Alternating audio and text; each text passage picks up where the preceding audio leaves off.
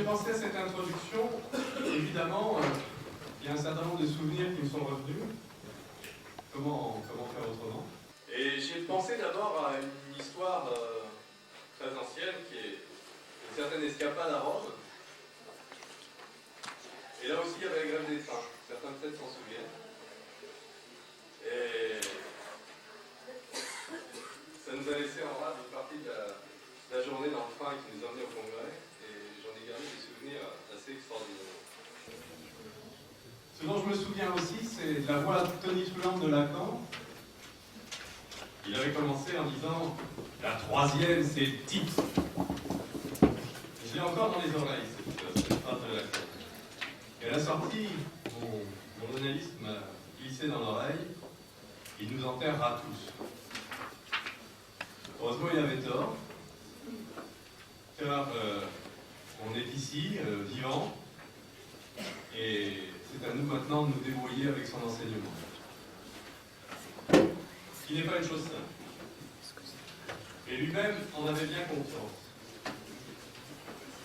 Il y revient même sans cesse et ça lui revient tout aux oreilles. Il n'en est plus, c'est le cas de dire. Ça nous change un peu de l'air du temps, où il semble bien, si j'en crois les échos récents, que devant la complexité du monde, devant la complexité de l'être humain, la tentation est grande, extrêmement grande, d'aller vers tout ce qui est simple, vers quelque chose même de tout à fait simpliste.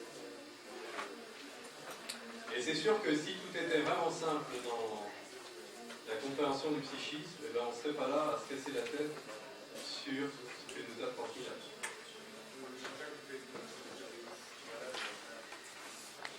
Dans la salle, ici, à la tribune, pendant ces 2 jours, il y a beaucoup qui travaillent sur l'œuvre de Lacan depuis très longtemps, et j'en attends, comme beaucoup d'entre vous sans doute, qu'ils m'enseignent leur travail. Comme vous le savez, la publication des séminaires de Lacan est une affaire à rebondissement. Une affaire tordue, que dans ma naïveté de jeune analyste, je pensais autour des années 1974, ça ne rajeunit pas, une affaire extrêmement simple à résoudre. Nous arrivions, moi et les jeunes analystes ou futurs analystes, ceux qui sont aujourd'hui dans la salle et qui ont la tête chenue, comme mon voisin, nous n'étions, en tout cas moi je n'étais vraiment qu'un blanc-bec, lui était déjà tranquille à marcher sur la terre. Mais en tout cas, pour les gens qui étaient dans ma génération, il y avait une sorte d'urgence à connaître les épisodes précédents. Alors ces épisodes nous étaient d'une certaine manière inaccessibles. Le séminaire se tenait déjà depuis 20 ans. Et on se demandait pourquoi il fallait attendre les calendes grecques pour en prendre connaissance. Et si possible sans nous ruiner, car j'ai des souvenirs, je pense que je ne suis pas le seul. À l'époque, un certain nombre de polycopiés circulaient. Ça coûtait à l'époque, si mes souvenirs sont exacts, 300 francs, ce qui n'était pas exactement une chose donnée. Et donc, visiblement, il y a un petit trafic qui se passait en face de l'école Fresnel, une librairie qui faisait de la pression, je ne sais pas si vous vous souvenez. Un photocopieur, et à mon avis, c'était quand même un peu de blé. Évidemment, nous voulions également que ces séminaires aient un minimum de fiabilité quant au contenu d'un enseignement qui déjà n'était pas réputé simple, mais qui, par la forme prise par sa mise par écrit, se révélait d'une obscurité rare. Comment et pourquoi se prendre la tête sur des énoncés qui peut-être n'avaient qu'un rapport lointain avec ce que Lacan avait dit et rendait hasardeux toute interprétation à partir des dits polycopiés. L'affaire, vous le savez, ne s'est pas simplifiée par la suite, elle est devenue tellement inextricable que si cela n'avait pas été le fait d'une certaine conjoncture, je ne m'en serais certainement pas mêlé.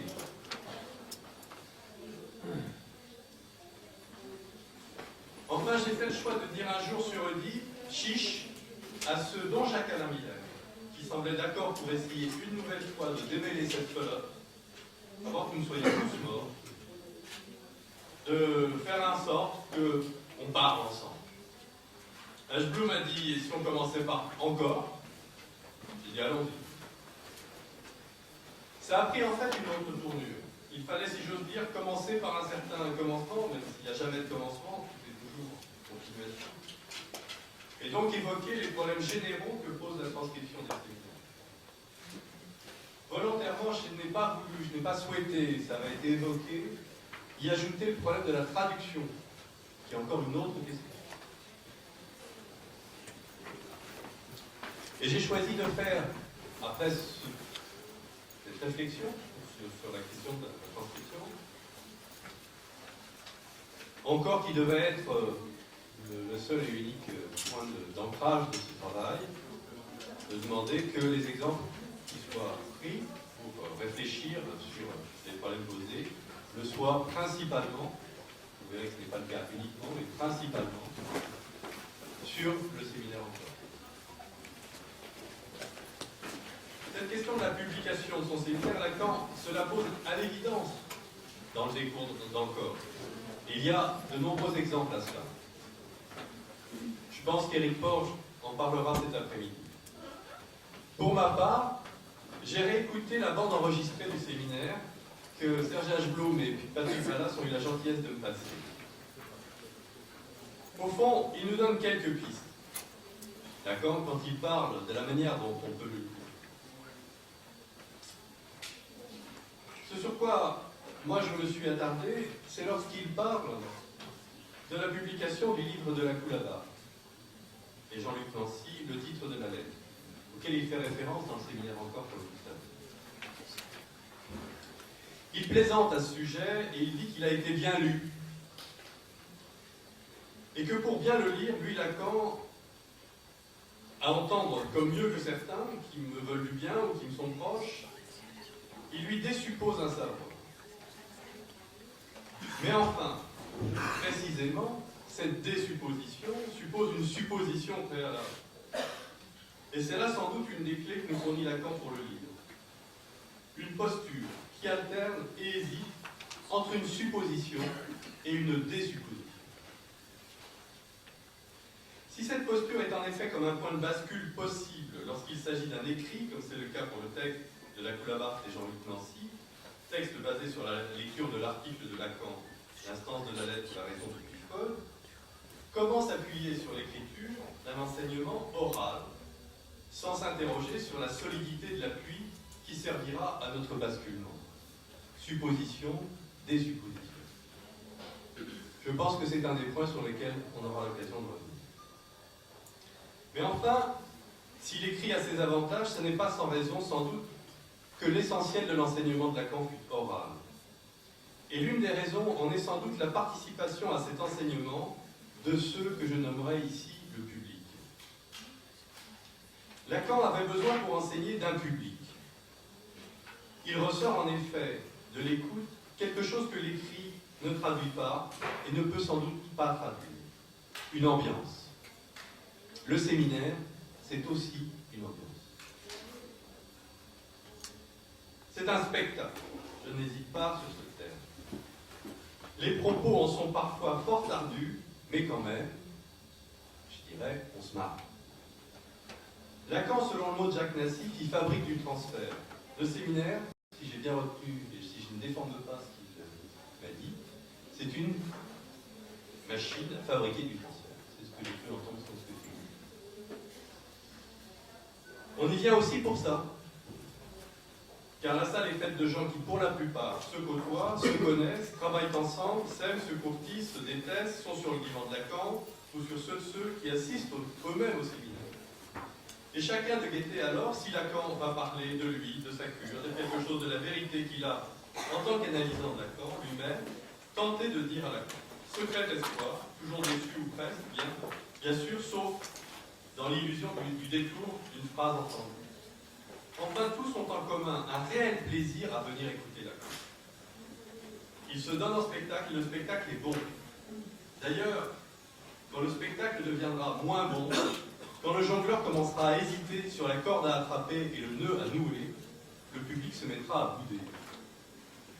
Début du désamour. Les acteurs disent que la salle fait partie de la réussite d'un spectacle, et bien la salle était bonne, et l'humour, la séduction, n'étaient certes pas absents des séminaires. N'était-il d'ailleurs jamais chez la cour. Ainsi, si nous devons viser à quelque chose, ce n'est certainement pas d'ajouter aux propos que nous tiendrons durant ces 2 jours quelques rires enregistrés, comme il est de mise aujourd'hui dans certains spectacles. Mais que l'humour et le plaisir d'être ensemble ne désertent pas ces lieux. Voilà. Je vais en rester là pour l'instant. Je reprendrai la parole comme vous, au fur et à mesure de ce travail qui va durer 2 jours, et où j'espère, je souhaite, que chacun intervienne dans cette réflexion commune et comprenne ce travail comme un travail d'échange, où chacun, ici, parle de sa place. Vous trouverez sur la table de la librairie tout ce que nous avons pu rassembler concernant les séminaires. Ce que vous ne trouverez pas, la libraire ou les jeunes filles qui sont là vous expliqueront pourquoi. Donc c'est Michel Ferradou et la terrasse de Gutenberg qui ont organisé la librairie. Certains ouvrages nous ont été refusés, d'autres sont introuvables. Mais je tiens à dire très clairement que pour ma part, en ce qui me concerne, je n'ai rien écarté. Je voudrais enfin dire un petit mot pour remercier Marie-Claude Labadie, qui s'est occupée avec moi de la préparation de ce travail du colloque. Irène Aguerre, qui va filmer avec sa collègue les débats, ainsi que tous ceux qui m'ont aidé dans la préparation de ce colloque. Préparation qui n'a pas été si compliquée que ça, moins que je ne le craignais, mais qui évidemment demande un certain travail. Voilà, je vais tout de suite passer la parole à Jean Alouche. Je vais être président de séance tout au long des 2 jours. Je serai assez strict en ce qui concerne les temps de parole des intervenants, de manière à ce que, encore une fois je le rappelle, chacun puisse dans la salle prendre du temps et qu'on ne soit pas constamment à la bourre à la fin des exposés, et que le temps de discussion soit suffisamment large. En sachant que une bonne partie de l'après-midi de dimanche sera essentiellement consacrée au débat. Donc ceux qui n'auront pas pu dire ce qu'ils ont à dire, pourront le faire, au moins dimanche après-midi.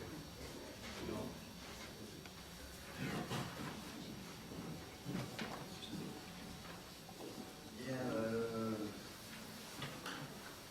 j'ai donc donné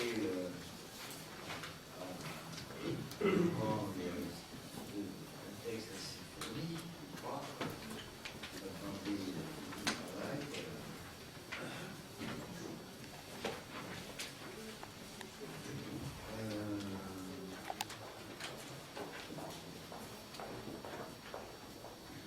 J'ai donc donné à Laurent Levagerin, j'ai donc aussi un texte assez fourni, me semble-t-il, qui rentrait dans les détails, qui faisait un certain nombre de constats.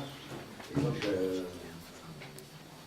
je suis tout à fait disposé à ce que je suppose que la plupart d'entre vous l'ont lu. Je suis tout à fait disposé à ce qu'on commence la discussion tout de suite.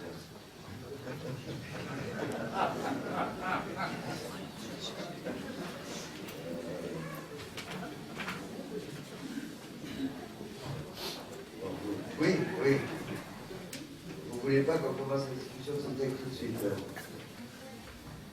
Bon, ben c'est dommage parce que je vais être obligé juste de rappeler certains points, mais ça ne va pas beaucoup nous avancer. Donc, je disais un certain nombre de constats.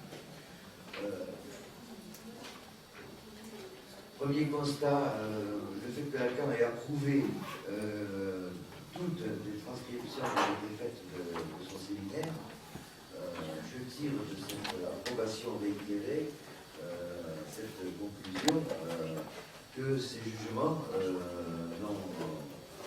ne peuvent pas servir de critères, c'est-à-dire qu'on ne peut pas se fier au jugement de l'accord pour décider de la qualité d'une transcription ou de la pertinence d'une transcription.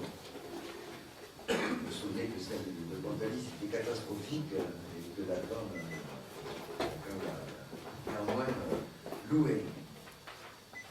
Deuxième point qui me semble tout à fait décisif, c'est l'élection par Lacan de Jacques-Alain Miller dans une position qui est, je dirais, tout à fait surdéterminée, puisqu'il est donc à la fois dans celui qui transcrit, il est co-auteur et il est exécuteur testamentaire. Il me paraît assez clair que ces différentes fonctions ne vont pas nécessairement très bien ensemble, et que Jacques Alain a plusieurs fois témoigné des difficultés que ça posait de mettre ensemble, de mettre sur les mêmes épaules ces différentes fonctions. Une question en tout cas surgit pour nous de ça, puisqu'on a le résultat de son publication de seuil. La question est la suivante: comment est-ce que la fonction co-auteur oriente le travail? Troisième point que je crois lui aussi assez clair, il me paraît qu'il n'y a aucune concurrence entre cette façon de transcrire l'accord, qui est, comme nous avons le produit des versions du seuil, il n'y a aucune concurrence entre cette façon de transcrire l'accord et ce qui serait une transcription critique. Le geste n'est pas le même, le public n'est pas le même, les rapports respectifs à Lacan sont aussi différents. Donc voilà, pas de concurrence, pas de rivalité en ce qui concerne cette question de la transcription. Autre constat qui nous engage de manière désagréable, c'est-à-dire nulle part n'a été établi l'ensemble des séminaires de façon critique. Voilà, ça fait longtemps. Eh bien, il y a ici et là quelques versions critiques, chacune va de sa manière, et autre constat que je fais dans ce cadre-là, il n'est pas sûr qu'une même façon critique puisse fonctionner sur l'ensemble des séminaires. Voilà, dernière remarque de caractère, disons, général. Ça a encore été répété par Laurent, et je ne suis pas d'accord avec ça, cette idée que l'enseignement de Lacan est de caractère essentiellement oral. Mon premier bouquin, Lettre pour lettre, il y a 20 ans, indiquait que l'enseignement de Lacan prenait un appui sur l'écrit même qu'il produisait. Et donc, l'enseignement de Lacan, à mon avis, n'est absolument pas essentiellement oral. Et donc, il y a des problèmes concernant l'écrit qui sont des problèmes spécifiques quand on doit transcrire les séminaires. Alors, bon, voici pour les remarques d'ordre général, disons. Je vais poser 4 questions. Première question, que faire des lapsus? Ce sera un rappel de ce que vous avez pu dire dans le texte qui est sur le site, donc le titre. Que faire? Il n'est pas sur le site, donc il est menti à ceux qui... Ah, ça a été fait comme ça. D'accord. Donc, première question, que faire du lapsus? Deuxième question, transcrire, est-ce tirer l'accord dans un certain sens? Troisième question, transcrire, est-ce que ça nécessite d'inventer? Quatrième question, transcrire, bien sûr, on transcrit avec une doctrine, et en transcrivant, on construit une doctrine, mais ce faisant, est-ce que cette doctrine même qui est ainsi construite, est-ce qu'elle va jusqu'à orienter la pratique analytique? Je vais présenter un cas où la réponse est positive. Donc, lapsus, y a dans la séance du 26 juin 73 un lapsus de Lacan qui est tout à fait remarquable par nous, mais aussi remarqué par lui. C'est un moment où Lacan tente d'articuler l'amour et le non-rapport sexuel. C'est quand même une affaire assez rigolote. Et donc, il tente une articulation logique de cela. Donc, il dit que tandis que le rapport sexuel ne cesse pas de ne pas s'écrire, de développe une possibilité, l'amour effacerait la première négation de cette proposition. Et donc, l'amour cesse de ne pas s'écrire. L'amour serait de l'ordre de la contingence. Il s'agirait donc avec l'amour d'une illusoire écriture du rapport sexuel.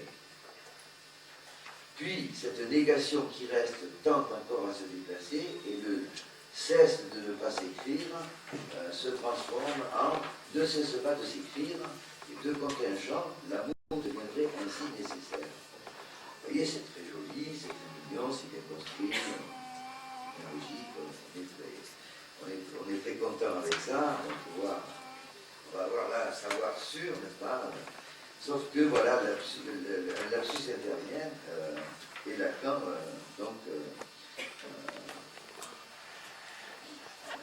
se trompe quand il reparle du nécessaire, s'en mêle les pieds dans la négation. À un moment donné, il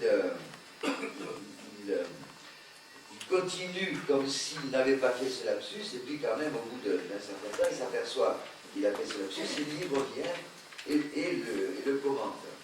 Et en le commentant, sans doute fait-il un second lapsus. Alors ce premier lapsus viendrait marquer l'amour, non pas comme nécessaire, mais comme impossible. L'impossibilité du rapport sexuel, en quelque sorte, viendrait contaminer l'amour et le rendre lui-même impossible. Or, si ensuite Lacan a bien dit dans son second lapsus qu'il a manqué cette contamination, manqué au lieu de marquer, à ce moment-là, son propos lui-même, avec ces deux lapsus, laisse complètement en suspens le positionnement de l'amour au regard du non-rapport sexuel. Alors, comme conclure, je crois qu'à minima, nous devons conclure que nous ne pouvons pas prendre pour argent comptant, et notamment citer comme relevant de Lacan l'articulation logique du non-rapport sexuel et de l'amour telle qu'elle se trouve présentée dans la version du seuil. La version du seuil a effacé donc aussi bien les lapsus que leurs commentaires par Lacan. Devons-nous nous régler sur cet effacement, un effacement voulu par lui? Pour ma part, je ne souhaite pas que nous confirmions cet effacement. La règle, oui, par lui, c'est Lacan, oui, c'est un texte qui a été publié du vivant de Lacan. Donc on peut supposer que Lacan a relu, je ne sais pas exactement comment Lacan a relu les séminaires qui ont été publiés sur le vivant. À mon avis, il a fait ça en vitesse. Mais bon, le Calais nous dira peut-être le contraire. À mon avis, il a fait ça comme ça. Je ne crois pas qu'il ait vraiment... parce que relire une transcription, c'est refaire le travail. Donc il aurait fallu que Lacan reprenne la sténotypie, reprenne ce que lui donnait Jacques Alain, et qu'il phrase à phrase, il regarde le travail.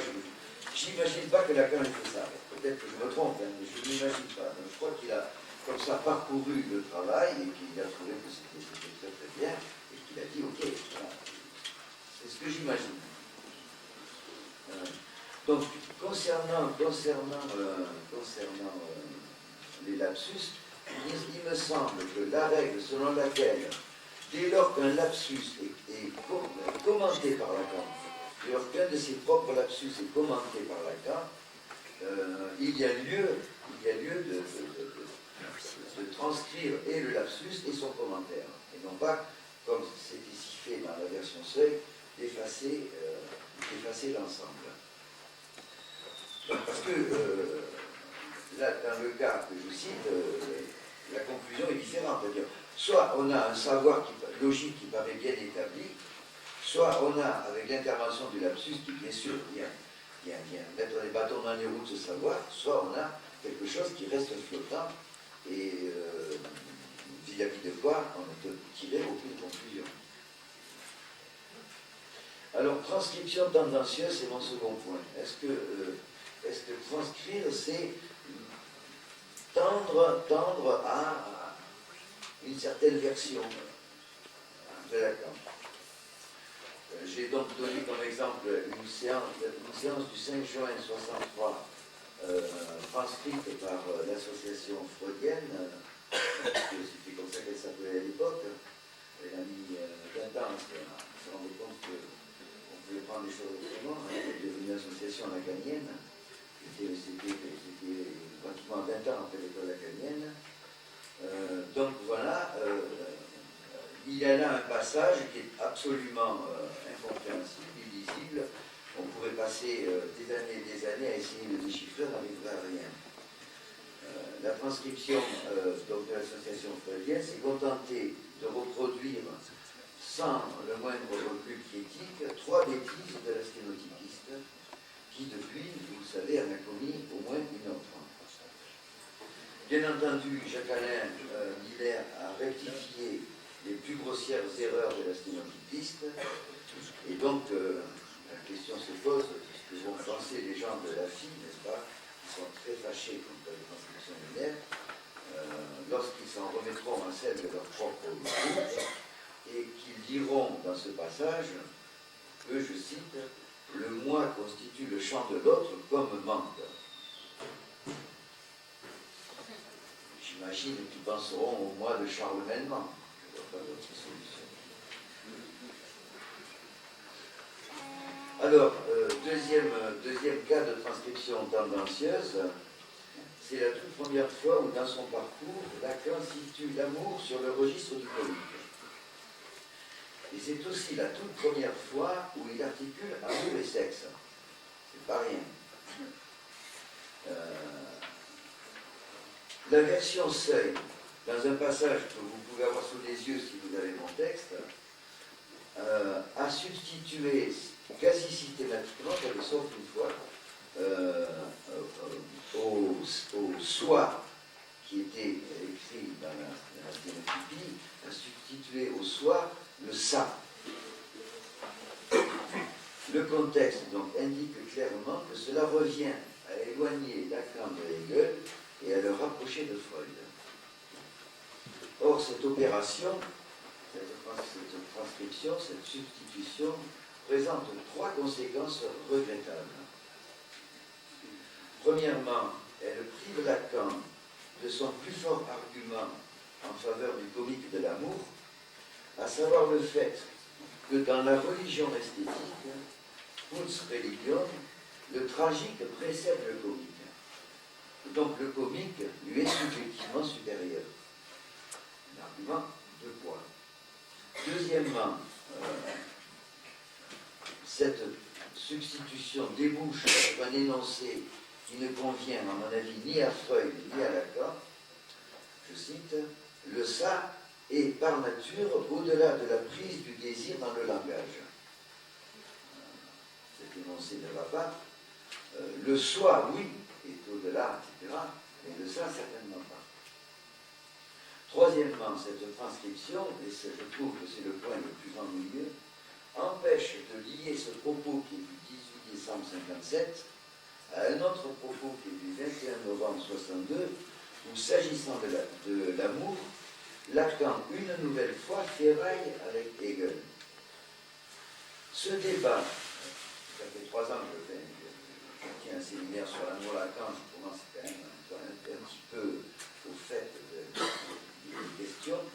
Ce débat, poursuivi avec Hegel, est d'une importance telle, s'agissant de ce que j'appelle l'amour Lacan, que je n'hésite pas aujourd'hui à vous dire que concernant l'amour, concernant la problématisation de l'amour, si on veut dire ça comme ça, Hegel fut plus important pour Lacan que la fine à mort, ou encore que sa lecture du papier de Platon. J'aurais évidemment été incapable de tenir un tel propos il y a 3 ans. Alors, mon troisième point, c'est invention. Merci.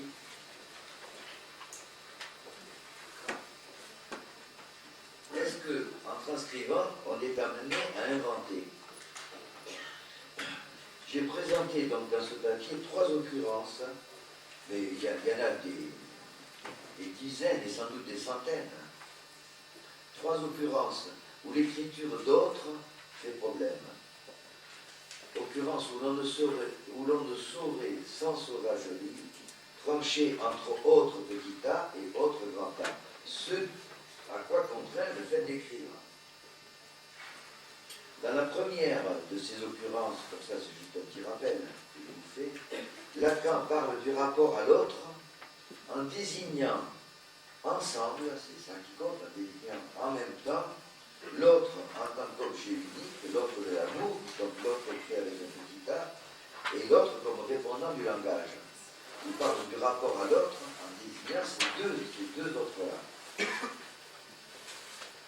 Il est impossible d'écrire ni autre grand A, ni autre petit a.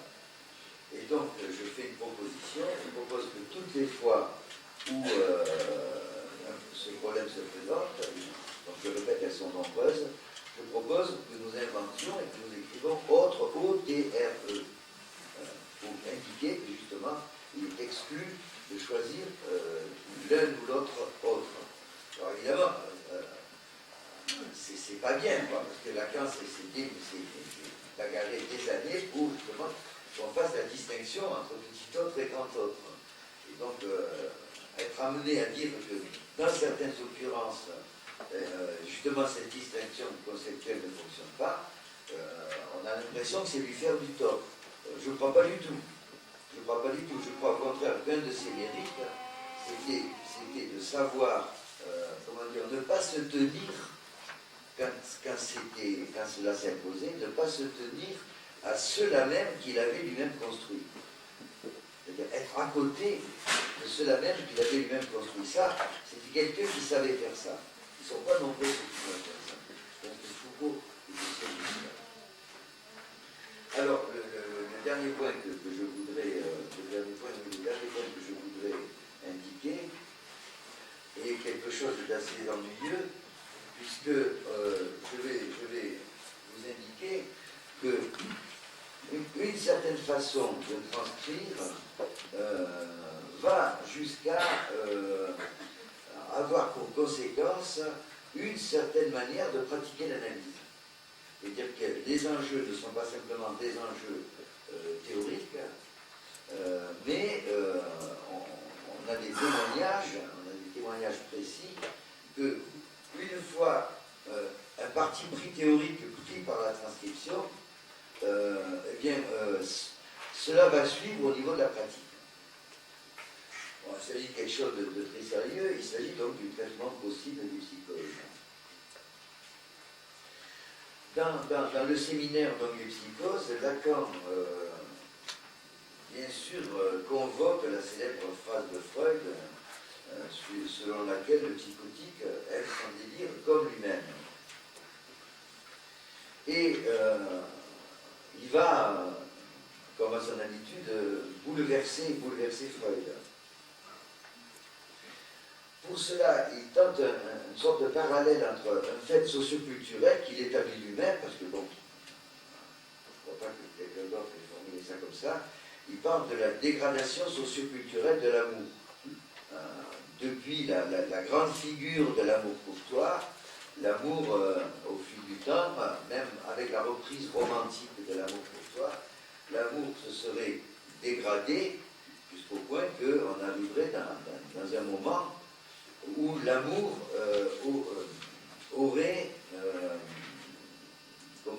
présenterait une figure qui serait justement proche de ce que serait l'amour dans les psychoses. Le parallèle est là. Il faut savoir que dans ce séminaire, Lacan pense l'amour en référence à la parole pleine, à ce qu'il appelle le pacte amoureux. Évidemment, il n'y a pas de pacte amoureux. Ça ne tiendra pas longtemps dans ce séminaire, cette idée de pacte amoureux. Mais là, c'est sa référence du moment.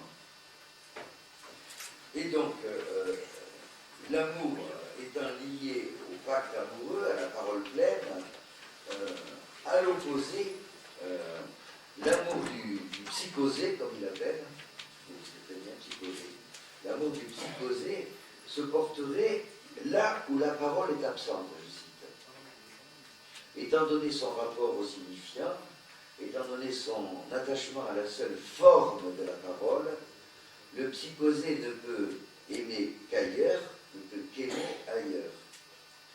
Quel est l'objet de son amour? Voilà la question qui se pose, d'accord? Et il y a une réponse qui va chercher chez Rousselot. L'objet de cet amour, c'est ce qu'il appelle l'autre absolu. Là, qui avait en place un problème. Alors, confronté à cet endroit, la transcription Seuil, la sténotypie, fait apparaître un certain nombre de distorsions. Je n'en garderai pour cet exposé oral que deux d'entre elles. À lire cette version donc, du Seuil, on devrait admettre que l'amour dans les psychoses fait se recouvrir la relation imaginaire et la relation symbolique. Or, est-il dit, si on regarde la sténotypie, le psychotique, justement, c'est ce qu'il ne fait pas. Le psychotique, dans son amour extatique, ne fait pas se recouvrir la relation imaginaire et la relation symbolique. Comme l'amour psychotique, l'amour extatique pose l'existence d'un autre radicalement autre, mais au prix de l'abolition du sujet. Et là, nous allons avoir affaire dans la version Seuil à une distorsion. À cette distorsion même, je dis qu'elle est ensuite allée jusqu'à avoir des conséquences dans la pratique des psychanalystes, de certains psychanalystes. On lit dans la version Seuil, mais cet amour est aussi un amour mort. Lacan n'a pas dit que l'amour extatique du psychotique pour l'autre absolu est un amour mort. Au contraire, il parle à ce propos clairement d'une possibilité de la relation amoureuse portant, précise-t-il, sur un objet bien défini, l'hétérogénéité radicale de l'autre.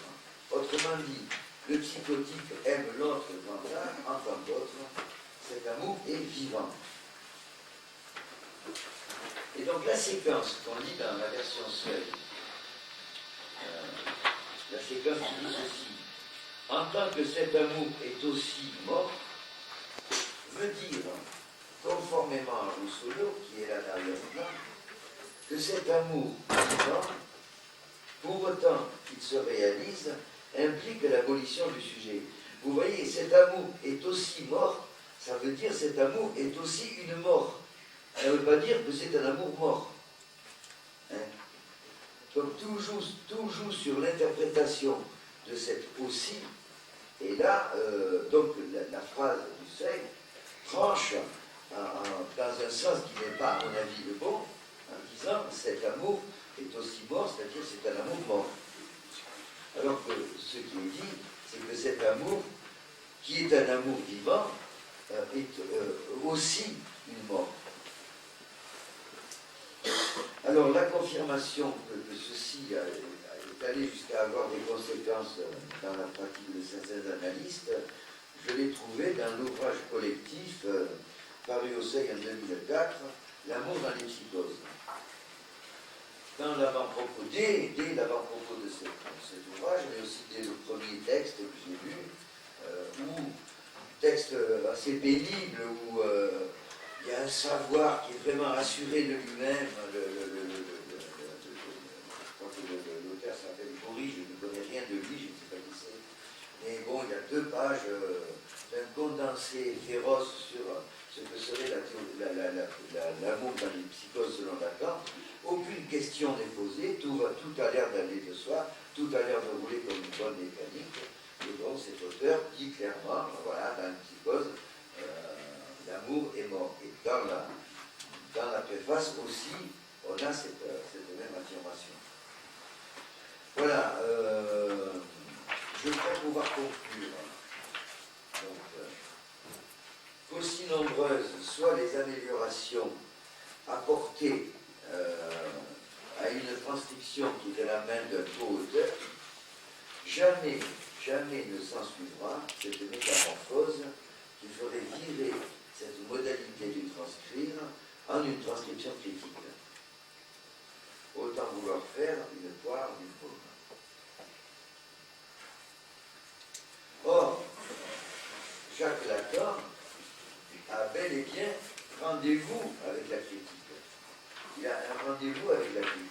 Il le savait, il le souhaitait, et ce qu'il remarquait à propos de Joyce, de ce rendez-vous avec la critique, vaut évidemment également pour lui. Et Jacques Alain, d'ailleurs, annonçait, il a déjà dit il y a des années, et il annonçait encore récemment ce rendez-vous de Lacan avec la critique. Il est vrai, en des termes qui semblent indiquer qu'il ne l'appelle pas tant que ça de ses voeux. Alors voilà, quelle modalité de lien avec Jacques Lacan empêche ou permettent de traiter de manière critique les traces de son enseignement? Mais aussi, autre question,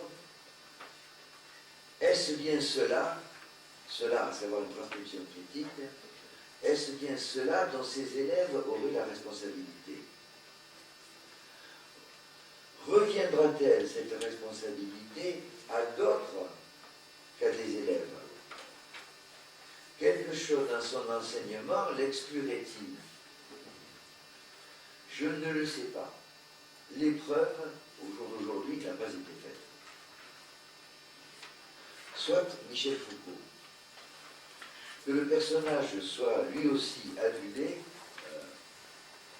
cela, on en a eu récemment une retentissante preuve. Eh bien, cette adulation fait bon ménage avec une position critique de ceux-là même qui établissent ces textes, notamment donc ces cours au Collège de France. Comment caractériser ce rapport à Foucault qu'indique la publication des 10 écrits, un instrument de travail incroyablement plus performant, si vous voulez qu'on dise ainsi, que la parution au seuil, comme ça, au compte-gouttes des opuscules. Les 10 écrits, c'est quelque chose qui fonctionne, et pas seulement en France. Donc, cette publication des 10 écrits, quel rapport à Foucault indique-t-elle? Comment a-t-il fallu se situer par rapport à Foucault pour que soient publiés ces 10 écrits? Et pour que les gens qui établissent son texte, ensuite soient extrêmement critiques vis-à-vis de ce texte même. Il me semble qu'on peut déduire ou conclure de ce rapport à Foucault qu'il est acquis que Foucault, aux yeux de ceux qui le traitent ainsi, supporte la critique. Que celle-ci, aussi aiguë soit-elle, ne fait pas s'évanouir définitivement le propos de Foucault, qu'elle ne fait au contraire cette critique que mieux le révéler. Il me semble qu'un rapport de cet ordre devrait être mis en acte dès lors que l'on s'aviserait de produire une transcription critique des séminaires et autres interventions orales de Lacan.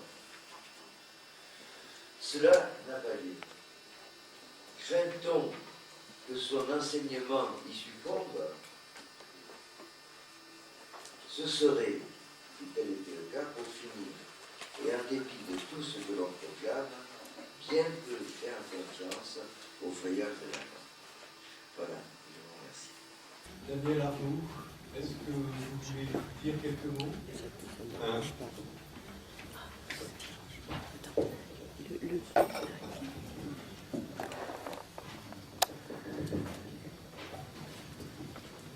Oui, je veux bien prendre la parole tout de suite sur le dernier mot de Jean Anouche qui parle de confiance. Et ce qui était très amusant dans votre introduction, c'est que vous avez fait vous-même un lapsus qui était merveilleux Et vous avez parlé de Lacan qui, sur les suites de son enseignement, en avait pleinement confiance.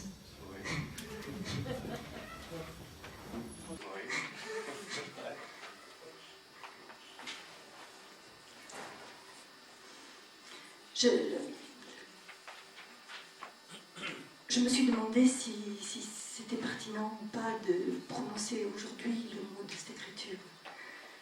Comme si c'était un sujet qui pourrait fâcher, mais autant s'en débarrasser tout de suite. Parce que cette écriture prête à un certain nombre de malentendus. Et je ne sais pas si je peux arriver à en lever quelques-uns. Mais en tout cas, ça serait en quelque sorte l'histoire d'une série de rendez-vous manqués. Voilà, je voudrais faire une toute petite chronologie de ces rendez-vous manqués.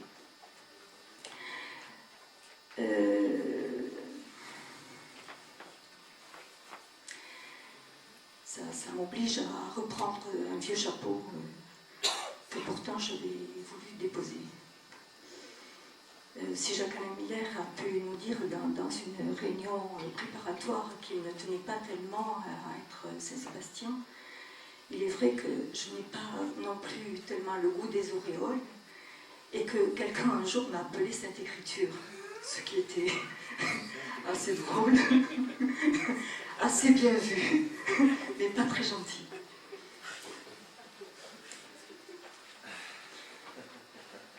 Je voudrais répondre à une question que Jacques-Alain Miller a souvent posée. Je m'adresse à vous. Vous demandez, mais pourquoi est-ce que toutes ces questions viennent maintenant, alors qu'elles ne se sont pas posées du vivant de Lacan? Pourquoi est-ce qu'on critique maintenant ce que je fais, alors qu'avant on ne s'occupait pas de ça, on me faisait confiance? Alors, je pense que transcrire sur un mode critique, ça ne pouvait en effet se poser comme question qu'après la mort de Lacan. Que c'est quelque chose que certaines, peut-être il n'aurait pas voulu. Et qu'en tout cas il n'aurait pas aimé. Vous parliez du titre de la lettre, ça ne pouvait pas en effet venir de son école. Un jour, lors d'un colloque, devait être la maison de la chimie, je ne sais plus en quelle année, je me suis trouvée assise à côté de Lacan. À la tribune, il y avait quelqu'un qui commençait son exposé par une citation de Lacan, bien sûr, et une citation qui concernait la lecture. C'était sur le « Seul le juif sait lire », il était question du Midrash. Et Lacan s'est tourné vers moi et il dit « Qu'est-ce qu'il dit ?» et alors je dis « Il dit quelque chose que vous avez dit. » J'ai dit ça, moi? Et il avait l'air accablé. C'est-à-dire qu'une transcription qui consiste à le prendre au mot n'est pas nécessairement de son goût. En tout cas, ça ne pouvait pas lui être agréable. Et en ce qui me concerne, je ne pouvais me lancer dans une transcription critique qu'à partir d'un deuil, à partir du moment où lui n'était plus là. Et il y avait en quelque sorte une dimension de mise en pièce du texte que Lacan, dans sa personne, ne pouvait pas supporter. La transcription du texte, c'est la toilette du mort, c'est ce que dit Barthes. Ce n'est pas la prise au mot du vivant. Et le vivant, lui, il avait donné mission à quelqu'un qu'il avait choisi. Et ce quelqu'un le faisait très bien, faisait la tâche au goût de Lacan. Je n'avais absolument rien à y redire, je suis d'accord avec Jean Ranouche là-dessus, les deux façons de faire étaient et sont toujours complètement différentes et pas concurrentielles. Simplement, à l'époque où nous avons commencé cette écriture, en 1983, il était pour nous exclu de se lancer à transcrire un séminaire déjà publié au Seuil. Nous considérions qu'il y avait bien assez de séminaires en souffrance pour que on puisse en quelque sorte nous pensions, enfin, naïvement, entre guillemets, ne pas le faire en double. Donc c'est pour ça aussi que nous avions fait ça, bien que ce soit une diffusion assez confidentielle, il y avait 500 abonnés, au grand jour, en faisant des polygrammes en public. N'empêche que c'était illégal. Et même si nous avions parié qu'il n'y aurait pas de procès, nous n'avions pas à être stupéfaits d'en avoir un. Et nous pouvions admettre à ce moment-là que l'exécuteur testamentaire est le gardien du droit moral, beaucoup plus certainement que le co-auteur s'estimait en devoir de nous faire ce procès. Il était encore beaucoup trop tôt pour envisager un mode d'abord du séminaire autre que celui choisi par Lacan. Et évidemment, je ne vais pas insister là-dessus. Jacques-Alain Miller m'a exprimé ses regrets et il n'a absolument pas à s'excuser de cela. Si nous avons souffert à l'époque, ce n'est pas tellement venu de sa part. C'est beaucoup plus venu d'autres assauts et d'autres conseils. Passons. Je n'étais pas du tout fâchée à ce moment-là, je me suis fâchée plus tard. Au moment du procès, la diffusion des volumes de cette écriture a complètement cessé. Personne n'a jamais voulu le croire, encore aujourd'hui. C'est-à-dire que cette écriture n'a plus été disponible comme volume. Et encore aujourd'hui, n'est pas disponible comme volume. Ça n'a pas été réimprimé.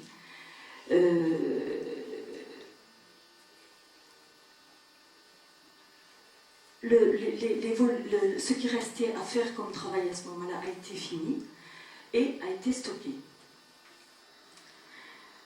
Je vais venir au moment où je me suis fâchée. Là, c'était en 91, quand le séminaire avec le grand S a été publié et que j'ai constaté, je n'étais pas la seule bien sûr à le constater, que le travail de cette écriture n'avait servi à rien. C'est-à-dire qu'il n'avait pas été pris en compte qu'un certain nombre d'éclaircissements étaient suffisamment au point pour permettre une version du seuil excellente. Bon, inutile de raconter la suite, tout le monde la connaît ici. Il y a eu à ce moment-là un colloque initié par l'école lacanienne, qui était un manifeste pour la transcription critique, et il y a eu la parution du transfert d'un tous ces errata. Évidemment, ça, c'était pas très amical, ça ne pouvait pas l'être. J'écrivais un texte à ce moment-là qui s'appelait « À qui la faute ?» et Jean Alouche, lui, écrivait un texte qui s'appelait « Gel ». Autrement dit, c'était la guerre froide. Après, il y a eu la parution d'une version corrigée au seuil, en 2001. Acte. Première rencontre. Et de notre côté, nous avons distribué la fin qui n'avait pas été mise en public. Nous en avons fait cadeau à ce moment-là. Le contexte a complètement changé aujourd'hui. Nous n'en sommes plus du tout là. Nous n'en sommes plus du tout là. Et ce colloque en est la manifestation. L'engagement que Jacques-Alain Miller a pris de laisser circuler les multiples versions, il ne l'a jamais démenti. Et l'école lacanienne a mis en circulation des versions sur Internet. Personne n'y a trouvé à redire.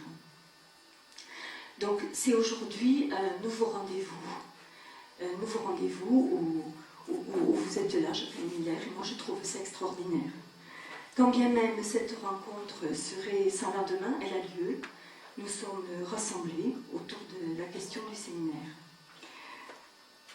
La transcription n'est plus strictement une affaire personnelle de quiconque. Je ne sais même pas si elle est une mission de quiconque. Mais elle est posée publiquement d'une nouvelle façon.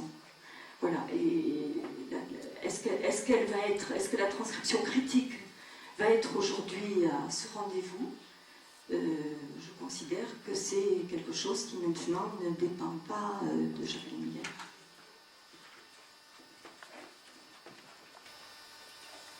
crois, comme Jean Alouche, qu'il n'a jamais songé, jamais conféré ma transcription à la sténographie. Ça, je n'imagine pas qu'il ait fait ça, et je n'ai aucune manifestation qu'il l'ait fait. Ça me paraît exclu. Bon, c'est exclu. Et ce qu'il faisait, c'était, je pense, j'espère, de lire le texte que je lui répétais pour lui-même. Bon. Et deuxièmement, nous avions,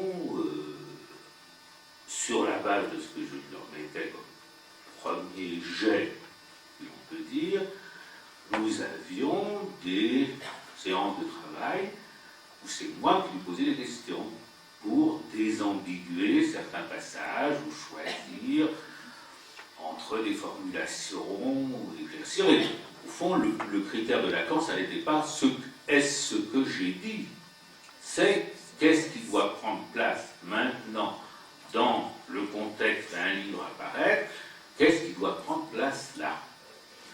Par exemple, je peux donner cet exemple, en effet dans le séminaire encore, Lacan n'avait pas fait cette fameuse ronde de nœuds où il y a une erreur. Il n'avait pas dessiné ce à quoi il faisait allusion à ce moment-là dans son séminaire. Moi, j'ai eu l'idée, sans doute mauvaise, de demander qu'on le dessine à un dessinateur du seuil. Et puis, bien sûr, j'ai attiré l'attention de Lacan là-dessus en lui demandant est-ce que ça va, puisqu'il avait tout de même un maniement beaucoup plus fréquent des nœuds que moi-même. Regardez, ça va.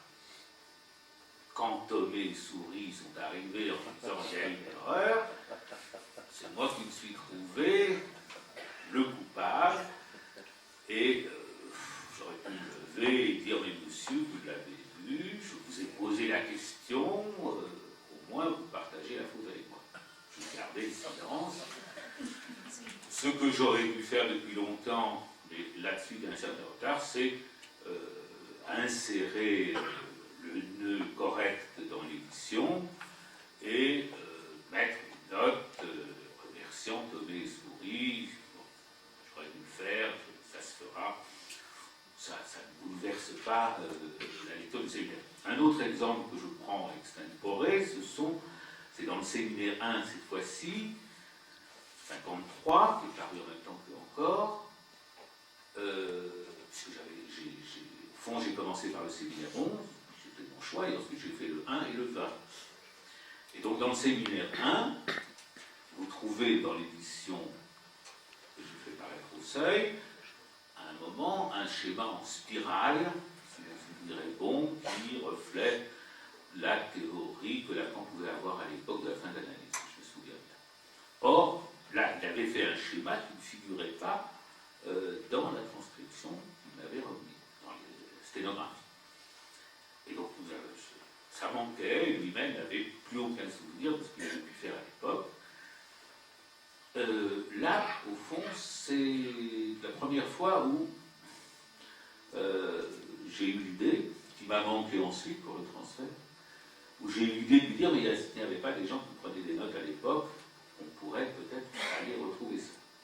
Il avait le souvenir que quelqu'un, un collègue qui s'appelait, je crois qu'il est décédé maintenant, qui s'appelait Bejarano, et qui était resté du côté du PA, il avait le souvenir que Bejarano prenait des notes assez complètes, et donc nous sommes allés, Lacan et moi, chez Bejarano, pour lui demander si dans ses notes, pour voir avec lui ses notes, et voir s'il y avait ce fameux schéma.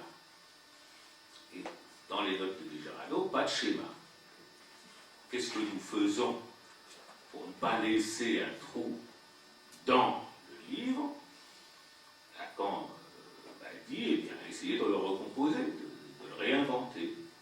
Et donc, j'ai, avec les éléments qu'il y avait, avec les bouts, les pièces et morceaux, j'ai rafistolé le schéma que Lacan a regardé soigneusement et qui figure maintenant dans l'édition. Donc, voilà, je crois, Lacan lisait ce que je lui remettais à la file, sans ça à la sténographie, premièrement. Deuxièmement, il y avait des séances de travail qui ont été certainement plus présentes pour le séminaire 11, 1, 20, 2, et le séminaire 2. C'était déjà pour le séminaire 3, qui est paru juste après sa mort et qui était préparé de son vivant. C'est un fait que j'ai ménagé Lacan en lui posant moins de questions que souvent, étant donné son âge, sa fatigue, etc. Je n'ai pas pu obtenir de lui autant de réponses que j'en obtenais pour les précédents. Il y a d'autres erreurs dans le séminaire encore. Leur correction pose à vrai dire cette question, la correction peut être tout à fait à faire, mais elle pose la question que c'est une édition, en effet, autorisée par Lacan de son vivant, et donc on ne peut pas non plus chambouler ça n'importe comment. Et je crois. Bon. Deuxièmement, la remarque de. Enfin, encore quelque chose, disons, qui est de général. Je vois, comme je sais qu'il l'est, je vois Jean très attentif au lapsus de Lacan, au trébuchement, éventuellement aux erreurs pures et simples qu'il peut commettre. Et il y a en effet à foison. Enfin, pas le lapsus, il n'y en a pas tellement, mais enfin, des achoppements, des erreurs, des trébuchements, ça ne manque pas. Il n'y a pas une phrase de Lacan. En tout cas, il était plus abondant en paroles que dans les derniers séminaires. Il n'y a pas une phrase où il y a faute de primaire. Bon. Je pense que Lacan attendait de moi que pour présenter son séminaire au public sous la forme du livre, tout ça soit corrigé. S'il n'avait pas attendu ça, il n'aurait pas pendant 20 ans mis l'embargo sur ses séminaires. C'est quand même une chose évidente. Il a laissé Pontalis éditer des petits comptes rendus, des petits condensés de son enseignement, le bulletin de psychologie. Il a laissé Safouan en faire un condensé du même genre, et cette fois-ci il en a refusé la publication. Il y a d'autres tentatives, dont on parlera Nassif, enfin une autre tentative dont on parlera Nassif. Comté s'y était aussi attaché, Claude Comté. Donc, pourquoi pendant 20 ans, il n'y a pas eu un livre du séminaire, un livre qui a été fait d'une année du séminaire?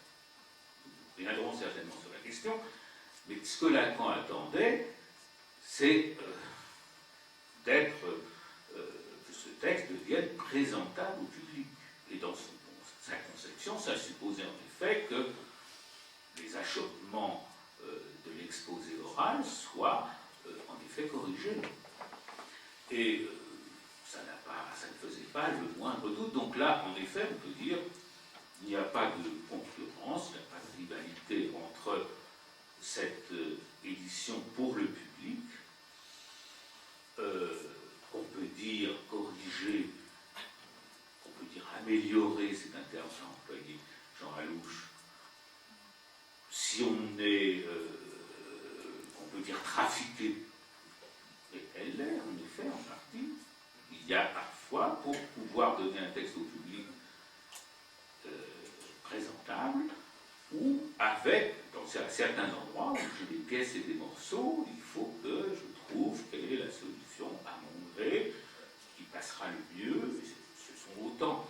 Alors, si on cherche au contraire à traquer l'inconscient de Lacan, si on cherche à l'interpréter, on est fait. Non, je ne dis pas ça. Quand je te nomme, je te nomme. Quand on cherche, etc., en effet, tout ce que moi j'ai effacé, tout ce que j'ai corrigé, prend le statut de maquillage. On maquille ce que Lacan a dit à l'instant I du temps T. Bon, il n'a jamais été question, c'était même ça la base sur laquelle nous sommes entendus, il n'a jamais été question de viser autorisé la reproduction terme à terme de ce qui avait été enregistré. Encore une fois, si ça avait été le cas, Lacan n'aurait pas eu l'embargo sur la transformation d'un séminaire en livre pendant 20 ans. Ça paraît quand même être, ce point de vue-là, lumineux. Bon. Parmi ces erreurs ou ces trébuchements, il y a des choses massives, enfin, une chose très simple. On prend le séminaire 3. Il y a 2 leçons dans le séminaire 3 des psychoses où Lacan exploite, et même dans son enthousiasme presque redit, c'est rare chez Lacan qu'il redise purement et simplement sans ajouter un tour de plus. Mais il y a 2 leçons dans le séminaire 3 où c'est sensible sous le coup de sa découverte de l'article de Jacobson sur métaphore et enfin sur la phasie. Il y a la présentation, la réduction de la rhétorique à la métaphore et la méthodique. Visiblement, Lacan, dans l'enthousiasme, communique ça tout de suite à son auditoire. Et il est sans doute le premier en France à avoir le texte, puisque c'est paru, si je prends en anglais, et Jacobson l'a donné tiré à part. Et quand on prend la sténographie, on s'aperçoit que Lacan développe métaphore et méthodymie, il n'y a pas une référence à Jacobson. Il a fait passer dans les dessous le nom de Jacobson, l'article, etc., qu'il rétablit, au contraire, dans son écrit l'instant de la lettre. Je me souviens très bien, j'ai signalé la chose au docteur Lacan, je lui ai dit, là c'était le séminaire 3, comme je dis, c'était les dernières années, je lui ai dit, vous n'avez pas mentionné Jacobson et son article, est-ce que je le rétablis? Et il m'a dit, bien entendu. Donc aujourd'hui, c'est présenté au public avec ça. Pourquoi est-ce qu'il ne l'a pas fait à l'époque? On peut dire parce qu'il ne rêvait que de s'utiliser à Jacobson, métaphore et méthodie, ça me paraît vain de penser qu'il aurait pu dissimuler cette source. Bon. Je crois que, ayant à captiver ses auditeurs, une centaine de personnes, il ne mettait pas l'accent sur Jacobson et allait tout de suite inviter tout le monde à s'y reporter, ce qui de toute façon aurait été difficile. Il l'a adopté d'enthousiasme et il a communiqué visiblement cet enthousiasme à l'auditoire, puisque des années encore après, la planche faisait de métaphore et méthodymie le principe pour lire Freud, etc. Bon. Donc voilà cette position de correction, de rendre le texte présentable, de lui mettre plutôt des habits de gala que le laisser connecter au public un texte qui serait encore un texte de clochard, un texte. Bon, là, en effet, il y a. Mais alors, il y a un avis de cérémonie. Est-ce que je peux te poser une question? Oui, je t'en prie. Justement, dans ce fil-là, est-ce qu'il n'y a pas un changement du rapport au public à ce moment-là? Je veux dire, par rapport à la télévision. Par rapport à la télévision, où le rapport au public est raide, c'est-à-dire aucun souci de rendre la chose présentable au public, justement. Qu'est-ce que c'est qui a fait ce virage où, d'un point de vue où il n'était pas question de faire la moindre concession au public, et télévision allait être comme ça aussi, exactement comme un séminaire, n'est-ce pas? Je n'ai aucun souci, de m'accorder, de séduire le public, etc. Comment s'est fait ce renversement du public, puisque en disant qu'il y a eu au moment de la sortie des premiers séminaires, ce souci de rendre la chose présentable. Il n'y a pas eu ce souci au moment de la sortie des premiers séminaires, il y a visiblement chez Lacan ce souci depuis le premier séminaire, puisqu'il ne les laisse pas paraître tel quel. Donc pendant 20 ans, et là, à la fin de l'année 73, il ne fait pas paraître ce haut degré de fiabilité. Ça a été écrit, taqué à la base comme d'habitude, écrit à la main,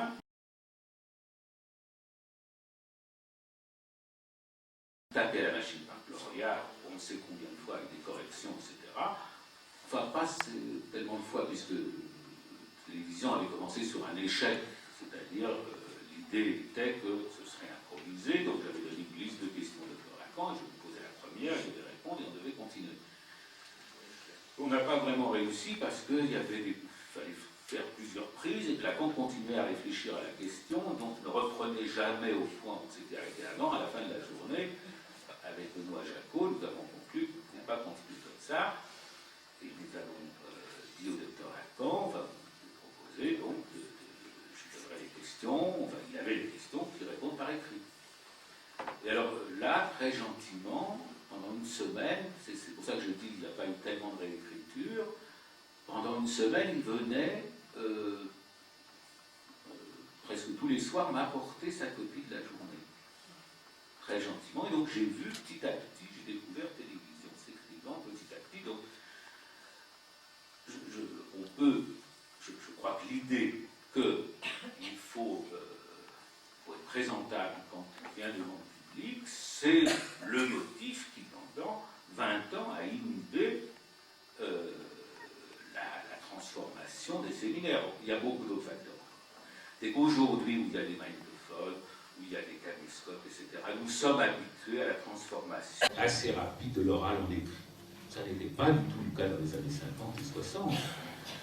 Et je pense que ce qui a été le moteur de la fabrication des séminaires, du séminaire en livre, c'est la sortie des écrits en 66, qui ont assuré, qui ont témoigné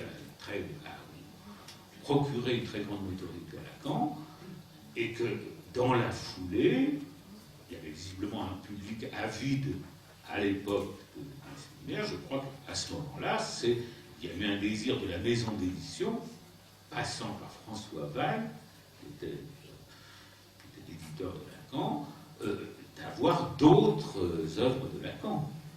Donc ils ont demandé d'ailleurs à Lacan de republier sa thèse, ça ne s'est fait qu'en 1975, si mon souvenir est bon, avec réticence, comme il l'explique, et je crois que c'est à l'époque François Weil qui a été... Enfin, il fallait qu'on demande à Lacan, enfin, sans doute qu'avant il demandait quoi en faire, Lacan.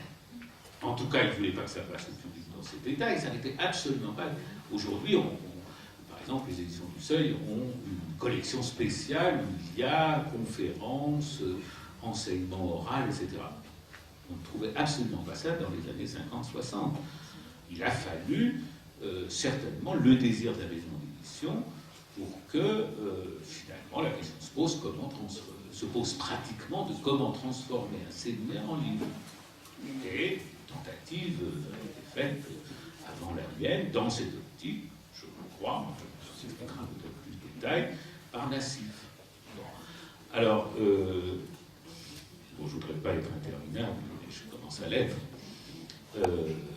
Deuxièmement... Là où il y a une question, c'est qu'en effaçant le lapsus, en faisant ce texte présentable, en effaçant le lapsus, ça produit un savoir que précisément le lapsus venait contester.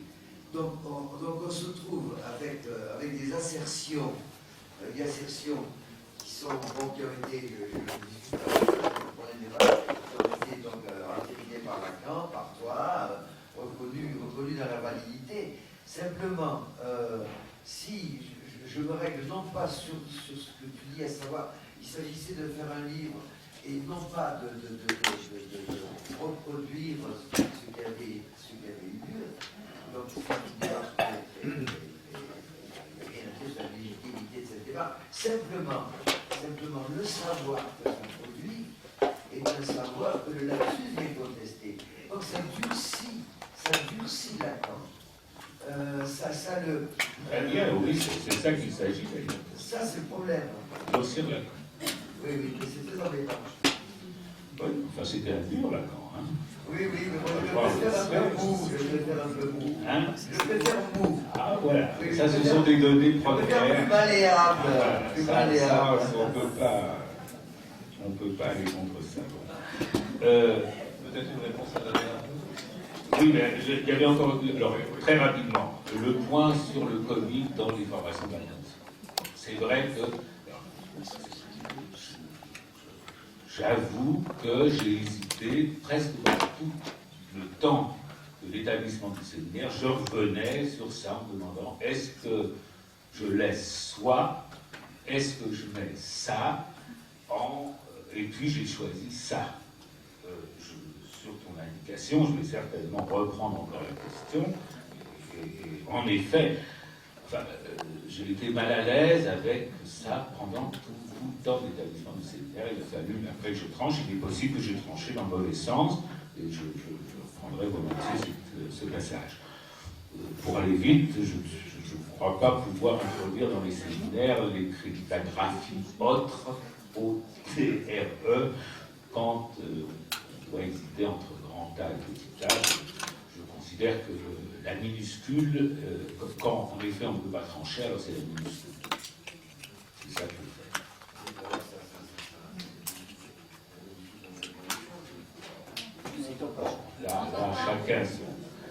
Là, chacun son point de vue. Voilà, de la même façon, sur l'amour mort, est aussi mort, est aussi mort. Je ne vais pas m'étendre là-dessus, c'est certainement à reprendre. Bon.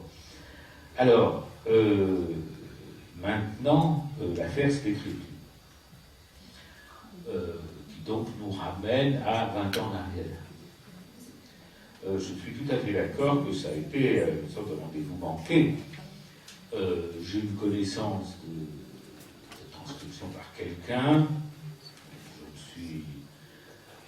J'ai été plutôt stupéfait qu'on fasse ça, parce qu'à l'époque, c'était pas courant. En tout cas, je me suis fait depuis cette pratique, je n'avais pas l'idée. Et j'ai fait appel,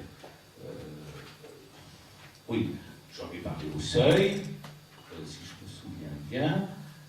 Le Seuil a mis là-dessus son avocat, qui a fait un référé contre vous. Il a échoué à l'obtenir. Le juge n'a pas voulu saisir la chose en référé. Ils ont fait une seconde demande en référé, et encore vous avez eu gain de cause.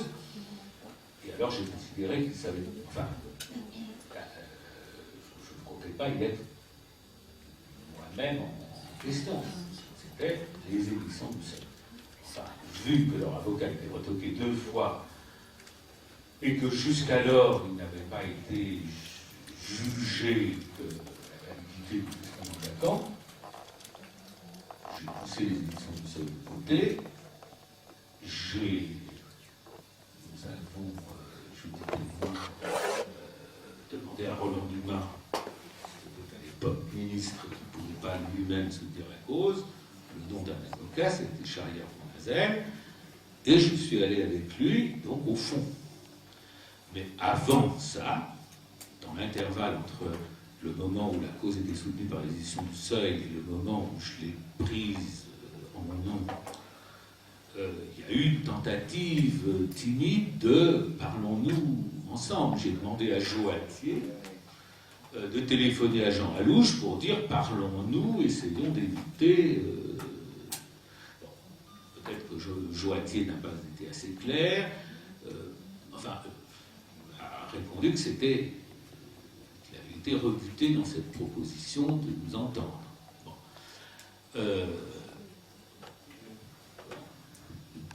Ce n'était pas Jean Alouche qui était aux commandes.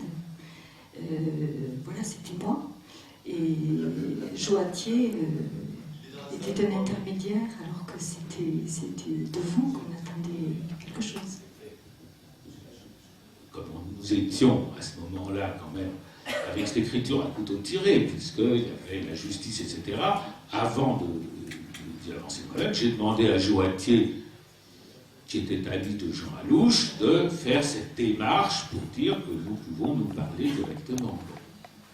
Alors, du coup, il y a eu, en effet, cet épisode que je regrette, qui n'aurait pas dû avoir lieu, on aurait dû pouvoir se parler. Maintenant aussi, ça a validé, disons du point de vue juridique, ça a validé le testament vacant qui a dû être produit et où il était confirmé que j'étais responsable du droit moral de l'œuvre et exécuteur testamentaire. Alors, ce que je relève, oui, il y a l'histoire maintenant malheureuse du séminaire de transfert.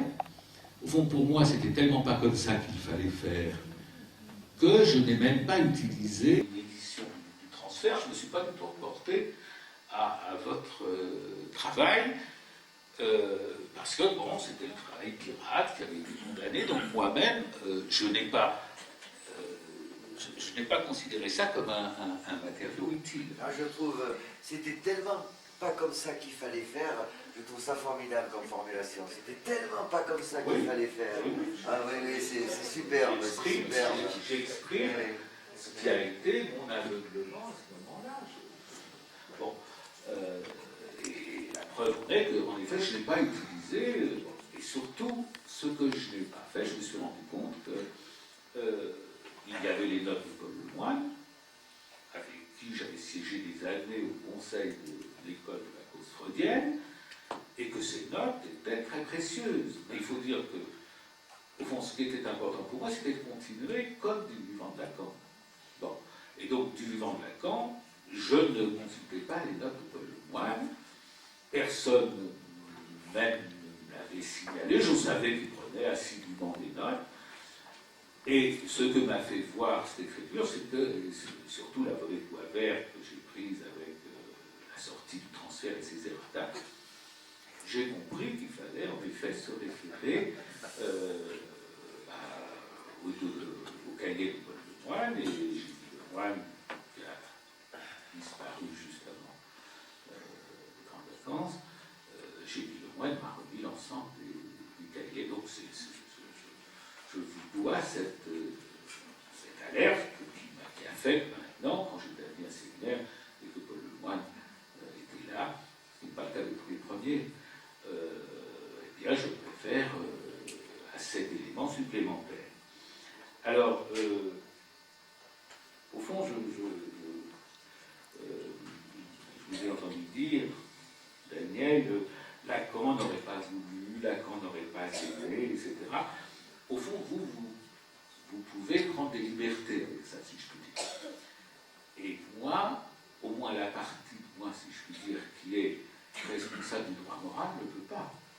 Le fondement du droit moral, qui est une notion très particulière, très française, c'est une notion d'exception française, distincte du copyright anglo-saxon. Le droit moral, en quelque sorte, j'ai bien intéressé, je vais amené à parler à la Société des gens de lettres, pour ça, le droit moral est une sorte d'éternisation de la volonté du sujet. C'est très curieux. J'aurais beaucoup de choses à en dire, même par rapport à la pratique celle de la pratique globalisée, celle du copyright. Il y a encore l'exception française, c'est éternisation de la volonté. Donc quand je suis en tant que responsable du droit moral, je n'ai même pas tellement à considérer le pour et le contre, sinon à essayer, on demande comment, je ne sais pas une table tournante quand même, de se mettre dans la ligne de la volonté de l'auteur, du sujet. Et même, il me semble, je crois avoir lu dans les derniers traités que j'ai regardés du droit d'auteur, il y en a un très important qui est sorti récemment, je crois avoir lu, mais même que le responsable du droit moral peut choisir de continuer le droit moral en faisant le choix de quelqu'un. Ça me paraît bizarre, il faut que je consulte là-dessus. Enfin, il y a une sorte de prolongation du droit moral et de la volonté, c'est-à-dire d'un désir décidé. Et il me semble que voilà, ça restreint plus un certain nombre de mes choix que si ça n'était pas ça la définition. Donc, si vous voulez, moi je n'ai jamais considéré la transcription comme une question personnelle. J'ai même indiqué au départ dans Séminaire 11 que quand je disais on a voulu ici ne compter pour rien, qui a été longuement commenté à travers les âges, ça n'était pas une question personnelle. C'est pour moi, j'ai essayé d'être très dépersonnalisé, si je puis dire, dans cet exercice. Est-ce que, maintenant j'analyserai autrement cette phrase que j'ai pu proférer, elle m'a amené d'ailleurs à refuser, au fond, ce que Lacan m'offrait. Lacan m'a dit, nous le signerons ensemble. Et c'est ce que j'ai refusé, c'est moi qui ai donné les indications pour la couverture, et je me suis fait disparaître dans cette couverture. Il est certain que... Est-ce que j'ai eu raison? C'est pas sûr. Non, non, c'est pas sûr du tout. C'est pas sûr. S'il y avait eu... Je sais pas, j'aurais hésité à Jacques Lacan et Jacques Alain Miller de séminaire. Alors que, si vous voulez, quand Granoff a fait un article pour les pays, un article en anglais, résumant et glosant sur le séminaire 4 et sur le fétichisme. C'est signé Granoff et Lacan. Parce que sans doute Granoff, n'ayant pas ma fameuse modestie, a été au contraire ravi de co-signer avec Lacan, ce qui fait d'ailleurs que des années plus tard, les éditions de Noël, le directeur d'édition de Noël est venu me voir parce qu'il avait l'intention de publier un inédit en quelque sorte de Lacan en français, Granoff et Lacan, le fétichisme. Je lui ai dit, il n'en était pas question, c'était chose de circonstance, et qu'il s'appuyait sur cette mercade de Lacan, qu'il n'y avait pas lieu de publier ça. Donc, même s'il n'y avait pas eu Jacques Lacan et Jacques Alain Miller, le séminaire, il aurait pu avoir Jacques Lacan avec la collaboration de Jacques Alain Miller sur la couverture, etc. Et sans doute que ce statut singulier de cet écrit aurait été mis davantage en relief.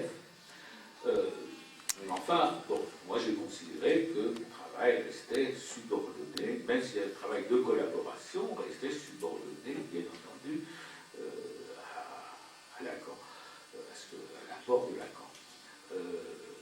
Bon, je crois que je vais m'arrêter là, j'ai déjà été assez long. Non, non, pas du tout. J'ai été assez... écrit un article, Cervelle Garçon, où j'ai lu qu'Adela avait réussi à démontrer que les falsifications, hein, si je me rappelle bien, il faut quand même parler de ça, les falsifications lacaniennes. Voulez-vous, s'il vous plaît, dire quelques phrases là-dessus?